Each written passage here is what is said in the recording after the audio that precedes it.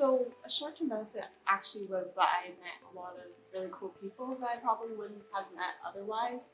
And for a long-term benefit, it really helped me with feeling comfortable speaking in a classroom because I feel like because of the smaller size, you feel much more comfortable speaking to the group of people that you're with.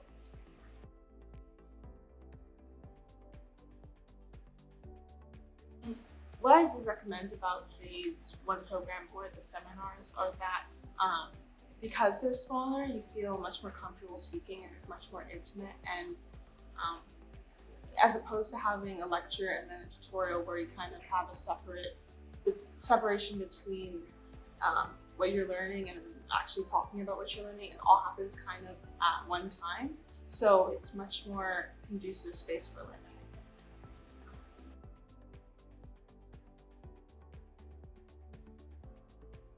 I think what I really liked about it was that the material we were learning was really interesting for one, and also because it wasn't as large as usual classes, there was much more of a kind of camaraderie between um, the people in the class. So it really felt like we were all kind of friends in a way. So it felt really comfortable and really easy to speak and really easy to learn in that environment.